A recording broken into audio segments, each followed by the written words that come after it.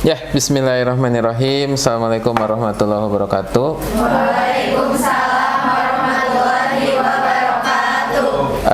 Gimana kabarnya teman-teman? Setelah beberapa pekan ini teman-teman sudah liburan kan? Setelah melalui semester 1, gimana perasaannya di psikologi? Alhamdulillah.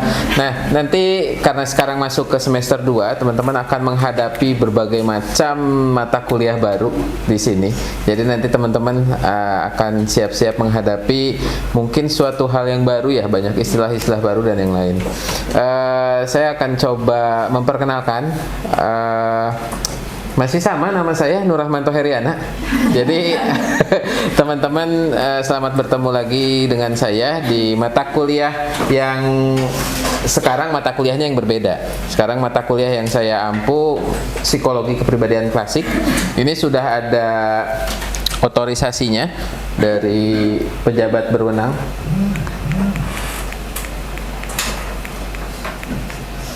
Oke. Saya perlihatkan di sini sudah ada otorisasi dari Ibu Dekan dan juga dari Kaprodinya. Saya dosen pengampunya. Ini RPS yang nanti teman-teman akan hadapi di semester ini. Insya Allah kita akan belajar mengenai psikologi kepribadian klasik dengan kode mata kuliahnya FS 022010. Dan kemudian ini bobotnya 3 SKS, jadi kita akan cukup punya banyak waktu untuk bisa diskusi dan yang lainnya, insya Allah. Terus kemudian kita masuk semester 2 dan ini tahun pembuatannya, tanggal pembuatan 10 Februari 2025. Kita lanjut.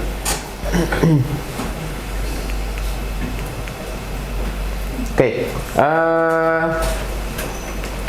Untuk mata kuliah ini ada CPL yang dititipkan, ada beberapa CPL yang dititipkan, yaitu teman-teman harus mampu menguasai konsep dasar teori psikologi, karena nanti isi dari psikologi kepribadian klasik ini isinya memang teori-teori mengenai kepribadian, teori-teori kepribadian klasik gitu ya.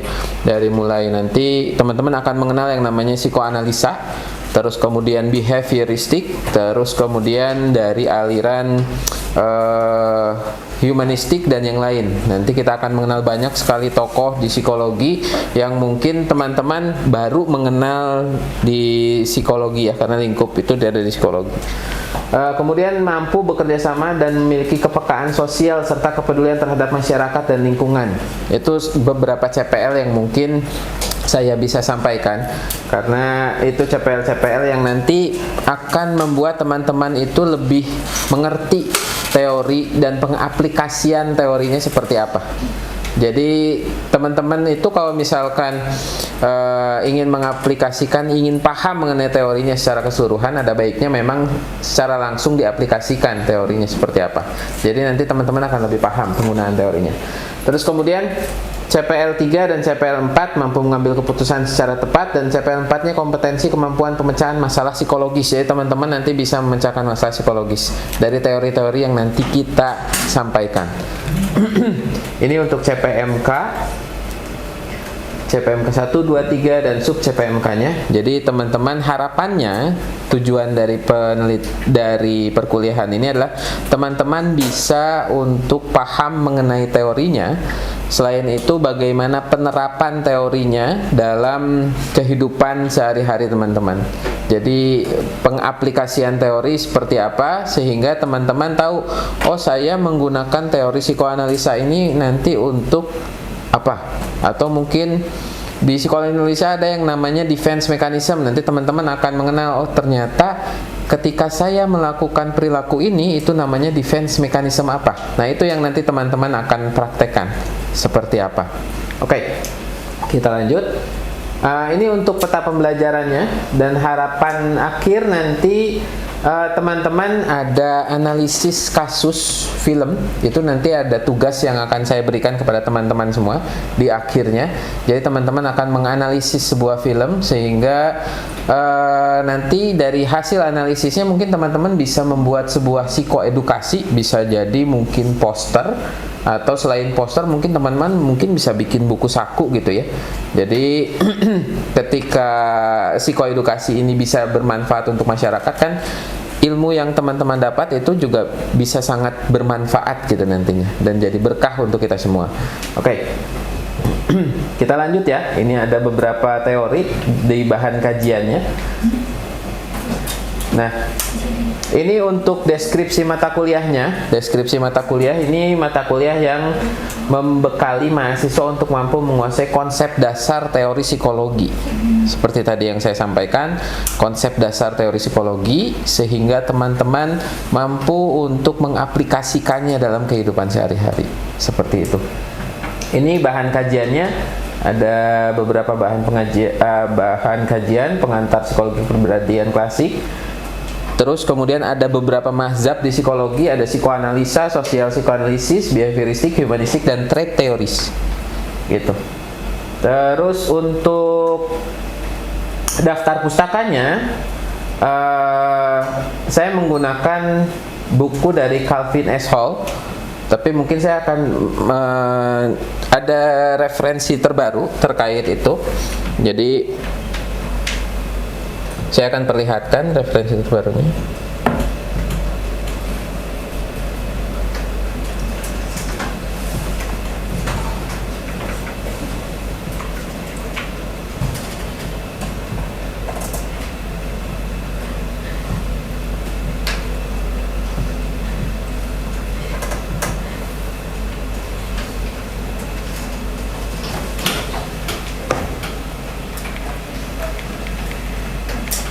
Nah, di sini sudah ada link juga untuk referensinya. Jadi saya sudah cantumkan buku yang nanti terkait dengan teman-teman.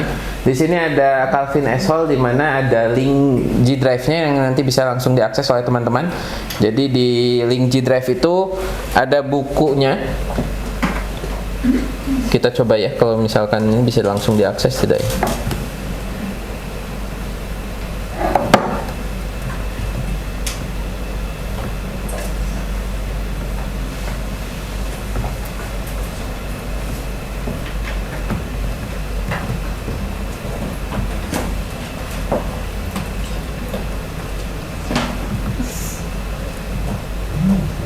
Nah, seperti ini bukunya dari Calvin S. Hall dan teman-teman bisa mempelajarinya. Jadi kalau misalkan nanti ada kebutuhan untuk mencari referensi-referensi tertentu dari mata kuliah yang saya ampu ini, psikologi kepribadian klasik, teman-teman bisa mencoba mencarinya di buku ini. Gitu. Jadi itu bisa menjadi rujukan teman-teman. Kemudian selain itu, saya juga melampirkan ada hasil penelitian saya bersama dosen yang lain yang kebetulan sudah publish di salah satu jurnal. Alhamdulillah masuk ke jurnal Sinta 2. Dan ini jurnal Sinta 2 saya mengenai deskripsi study of Milon personality. Jadi sebenarnya itu ada di tahapan berikutnya setelah psikologi kepribadian klasik. Nanti teman-teman akan saya ajarkan mengenai psikologi kepribadian kontemporer. Salah satu teori yang terkenalnya adalah Milon. Tapi ini cukup terkait juga dengan apa yang sedang kita pelajari saat ini. Dan ini studi Milon ini terkait dengan marital adjustment, jadi penyesuaian dengan pasangan suami istri, seperti itu.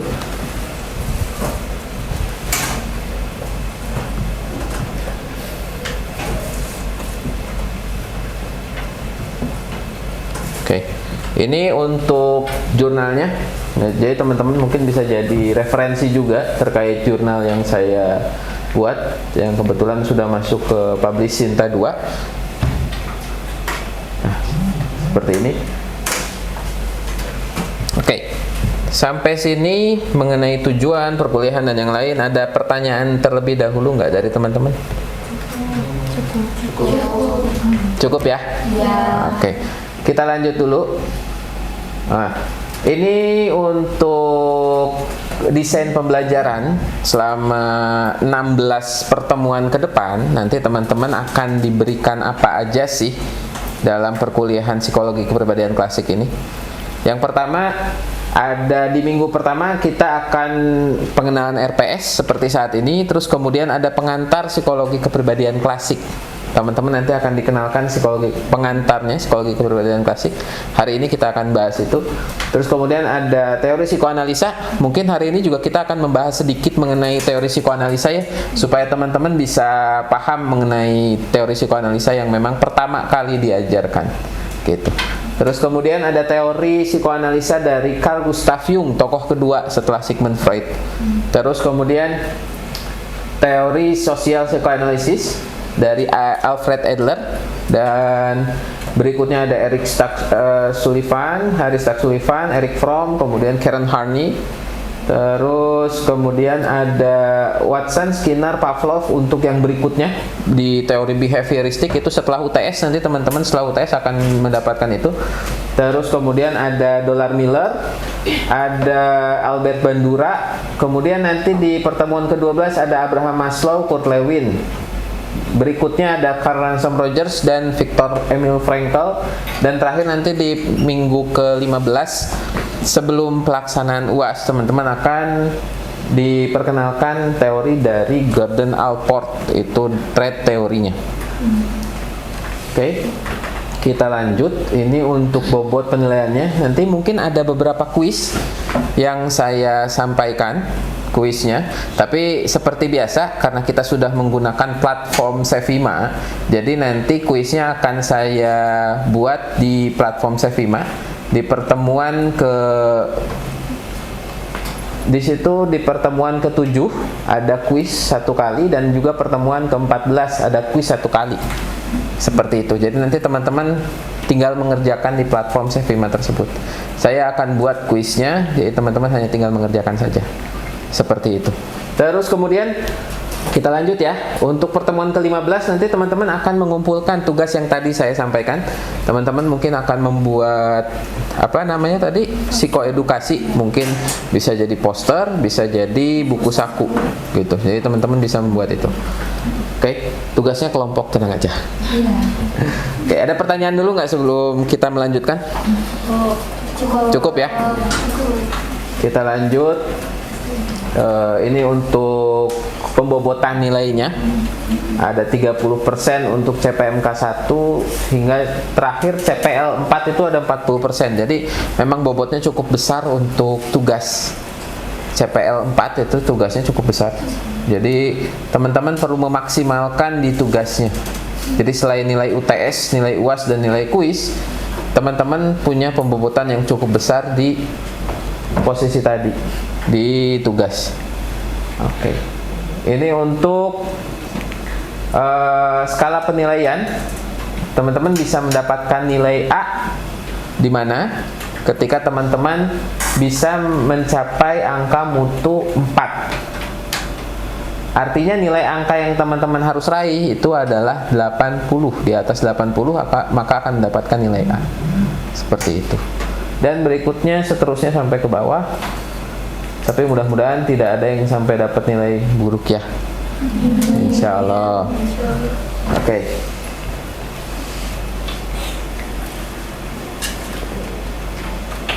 Nah, seperti ini. Tenang aja, yang buruk itu di bawah 50 baru nanti dapat nilai E. Tapi sih harapannya teman-teman tidak ada yang mendapatkan di bawah 50. Insya Allah harapannya teman-teman bisa dapat di atas 80 semuanya. Amin. Amin. Oke, kita lanjut. Ini untuk instrumen penilaian. Jadi beberapa kuis dan kemudian tugasnya, ada rubrik penilaiannya juga. Kemudian ini rencana tugas yang pertama, seperti yang tadi saya sampaikan. Mungkin nanti teman-teman akan menganalisis kasus, dan kemudian teman-teman akan membuat psikoedukasinya. Seperti itu, hasil analisis kasus, kemudian analisis kasus, teman-teman bikin psikoedukasi dari kasus tersebut. Gitu. Sudah jelas ya? Oke. Kalau jelas mungkin kita langsung masuk ke perkuliahan kita hari ini. Kita masuk ke perkuliahan kita hari ini. Kita akan mengenal mengenai psikologi kepribadian klasik. Oke. Nah, kira-kira psikologi kepribadian klasik menurut teman-teman apa sih psikologi kepribadian klasik itu? Bangga.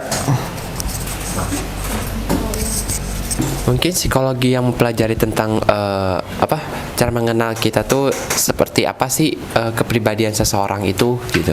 Terus juga dilandasi dengan teori-teori yang ada gitu yang akan dipelajari di pertemuan selanjutnya. Seperti itu aja, Kak. Siap. Ya, terima kasih. Nandra ya? Iya. Oh iya, namanya Nandra, saya ingat. Oke. Lanjut. Siapa yang mungkin ingin menyampaikan pandangannya terkait psikologi kepribadian klasik lagi? Oke, mangga. Nisa ya? Ya. Ya, gimana Nisa? Psikologi kepribadian klasik adalah cabang psikologi yang mempelajari bagaimana kepribadian seseorang terbentuk dan mempengaruhi cara mereka berpikir, merasa, dan bertindak. Oke, siap. Ya, bagus sekali Nisa. Terima kasih. Ya. Silau enggak? Cukup berarti? Aman. Oke. Oke, ya. Begitulah yang namanya psikologi kepribadian klasik. Jadi seperti yang tadi disampaikan oleh Nandra dan juga Nisa. Jadi psikologi kepribadian klasik itu adalah teori-teori mengenai psikologi kepribadian, di mana teman-teman nanti akan lebih paham bagaimana penggunaan teori tersebut dan membahas mengenai kepribadian seseorang, individu, kemudian bagaimana kepribadian tersebut bisa mempengaruhi perilaku dan juga sikap dari seorang individu tersebut, bagaimana dinamikanya, terus kemudian aspek-aspeknya apa aja. Nanti itu yang akan kita bahas dalam setiap pertemuan, karena masing-masing tokoh itu punya pendekatan yang berbeda-beda dari kepribadiannya masing-masing. Seperti itu. Oke, sampai sini ada pertanyaan dulu? Cukup, kita lanjut ya. Jadi secara populer kalau yang namanya psikologi kepribadian itu kita lihat ya, ada dua pengertian tentang kepribadian. Yang pertama, menyamakan istilah kepribadian dengan kecakapan atau keterampilan sosial. Jadi kepribadian dinilai berdasarkan kemampuannya memperoleh reaksi positif dari orang lain dalam berbagai keadaan, sehingga muncul istilah yang namanya kursus kepribadian. Gitu. Makanya mungkin teman-teman ada kursus kepribadian atau public speaking gitu ya. Public speaking, sehingga teman-teman bisa mengenal bagaimana cara menyampaikan sesuatu di depan halayak orang, dan itu tergantung bagaimana cara pendekatan kita ke sana. Terus kemudian kita lihat ada memandang kepribadian dari kesan yang paling menonjol atau paling khas yang ditunjukkan seorang terhadap orang lain. Jadi setiap kepribadian itu punya ciri khas masing-masing. Jadi teman-teman itu tidak punya kepribadian yang sama semuanya. Kalau misalkan punya kepribadian yang sama, kebayang dunia itu seperti apa? Kaku banget ya. Gitu. Jadi begitu, sehingga corak kepribadian teman-teman itu akan membuat sesuatu yang unik nantinya. Bagaimana pola interaksi dengan individu yang satu dengan yang lain. Nah, itu akan terlihat seperti itu. Kemudian definisi kepribadian yang lain dapat digolongkan ke dalam sejumlah kategori. Di antaranya ada yang namanya definisi biososial dan biofisik. Biososial dan biofisik. Biososial itu kepribadian subjek ditetapkan oleh reaksi individu lain. Kemudian yang namanya biofisik, kepribadian ditetapkan dari segi organik maupun segi yang teramati. Seperti teman-teman punya fisik sekarang? Ya, fisik itu bisa diamati tidak? Bisa terlihat tidak? Nah, seperti itulah yang namanya fisik. Oke. Kemudian definisi yang menekankan pada fungsi integratif organisasi pola yang diberikan pada berbagai respon, misalkan kebijaksanaan, sabar, dan yang lain-lain. Seperti itu. Oke. Nah, kepribadian adalah aspek unik atau khas dari perilaku yang membedakannya dengan orang lain. Seperti yang tadi saya sampaikan, teman-teman itu punya kepribadian masing-masing yang sama-sama unik, dan itu akan membedakan teman-teman dengan individu yang lain. Seperti itu. Kita lanjut. Oke. Kita akan masuk ke tokoh. Saya akan coba perkenalkan yang pertama kali. Tokoh yang akan kita bahas itu dari psikologi kepribadian klasik ini adalah dari psikoanalisa. Kita akan mengenal tokoh pertama yang akan kita bahas. di teori psikoanalisa. Ini adalah Sigmund Freud. Ada yang pernah kenal dengan Sigmund Freud? Tahu, oke. Kalau mengenal harus bersalaman gitu ya. Kebetulan saya juga tidak mengenal Sigmund Freud gitu ya, hanya tahu aja Sigmund Freud seperti apa. Benar sekali, pintar. Oke, ini Sigmund Freud. Sekilas mengenai biodata Sigmund Freud, kayaknya tidak perlu kita jelaskan lebih lanjut ya, karena yang penting sih teori dalamnya seperti apa. Karena kita membahas mengenai teori kepribadian klasik. Oke, ini sekilas mengenai Sigmund Freud, riwayat karirnya seperti apa dan biodatanya seperti yang tadi disampaikan. Nah, seperti itu. Teori yang terkenal dari Sigmund Freud itu psikoanalisis. Itu teori yang pertama kali, atau mungkin kita kenal juga dengan psikodinamika, psikoanalisis, psikoanalisa, psikodinamik, itu hampir sama semuanya. Istilahnya hampir sama, hampir mirip sebenarnya. Nah, itu menekankan ciri-ciri khususnya, menekankan aspek ketidaksadaran yang sangat berperan mempengaruhi proses perilaku manusia. Seperti itu. Terus kemudian ada perkembangan kepribadian yang bersifat mekanistik jatuhnya. Dan yang terakhir ada aspek intrasikis, lebih besar pengaruhnya dibandingkan aspek lingkungan. Seperti itu. Kita lanjut. Nah, struktur kepribadian yang diperkenalkan oleh Sigmund Freud itu kita akan mengenal dengan beberapa struktur kepribadian. Nah, seperti ini. Jadi psikoanalisis itu memperkenalkan struktur kepribadian seperti gunung es, di mana isinya ada id, ada ego, dan juga ada super ego. Seperti itu. Ada yang tahu pengertian id itu seperti apa? Mungkin ada yang pernah baca-baca mengenai Sigmund Freud, psikoanalisa seperti apa? Kira-kira id itu seperti apa? Ya, mangga. Siapa namanya? Sebutkan.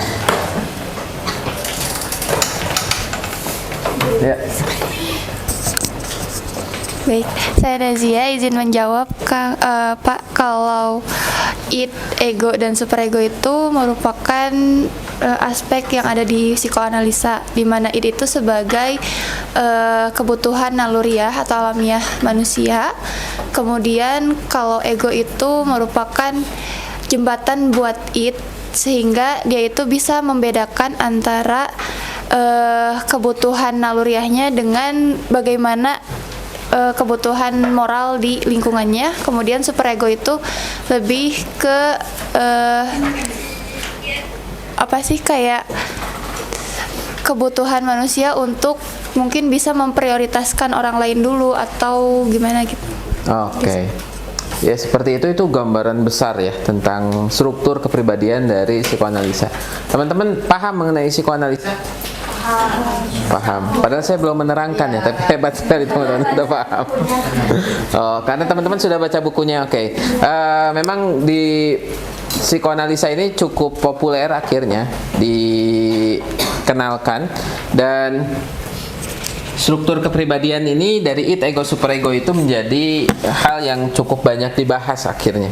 Jadi menjadi cukup terkenal dari id itu seperti apa, ego itu seperti apa. Seperti yang tadi dijelaskan oleh Nazia.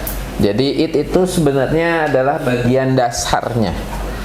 Bagian dasarnya dari sini. Id itu berisi mengenai isinya apa itu? Afeksi, Dorongan alami, ya benar.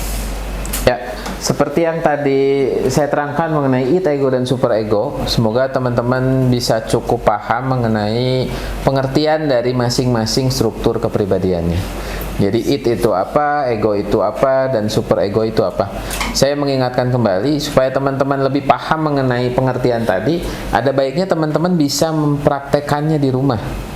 Jadi kira-kira id itu, ternyata id itu adalah insting ketika saya mungkin merasa lapar dan yang lain. Nah, id itu bisa dipraktekkan. Oh, ternyata id itu seperti itu. Kemudian ego itu apa dan super ego itu apa. Jadi ketika teman-teman bisa memahami itu dengan lebih komprehensif, lebih paham mengenai kondisi itu, maka itu yang nanti teman-teman bisa gunakan dalam kehidupan sehari-hari. Seperti itu. Oke, sebelum kita mengakhiri perkuliahan kita, ada pertanyaan dulu nggak dari struktur kepribadian yang pertama ataupun mungkin dari pengantar teori kepribadian klasik? Ada pertanyaan kah?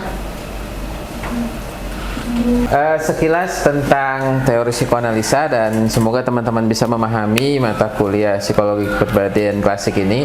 Dan kalau ada pertanyaan lagi sebelum kita akhiri? Cukup ya? Oke. Saya akan coba menerangkan. Nanti teman-teman ingat akan ada tugas akhir nanti yang harus teman-teman kerjakan, di mana teman-teman akan menganalisis kasus dan kemudian dibuat psikoedukasinya seperti apa dari hasil analisis kasus tersebut. Tapi tugas analisis kasus itu menggunakan teori-teori yang sudah teman-teman pelajari nanti. Jadi di pertemuan ke-15 nanti kita akan buat di Sevima, di platform Sevima, itu kolom tugasnya yang teman-teman harus lampirkan tugasnya seperti apa. Jadi tugasnya sudah paham apa? Buat poster atau psikoedukasi. Ya, seperti itu. Ya, semoga teman-teman bisa lebih paham dari menyelesaikan tugas yang kita laksanakan nanti, dan bisa lebih tahu bagaimana sih proses psikologi kepribadian klasik itu untuk teman-teman. Semoga pertemuan kita hari ini bisa bermanfaat buat teman-teman dan buat saya juga. Dan insya Allah ilmu yang teman-teman dapatkan itu juga bisa bermanfaat untuk masyarakat nanti semuanya. Oke. Mungkin kita cukupkan pertemuan kita hari ini ya.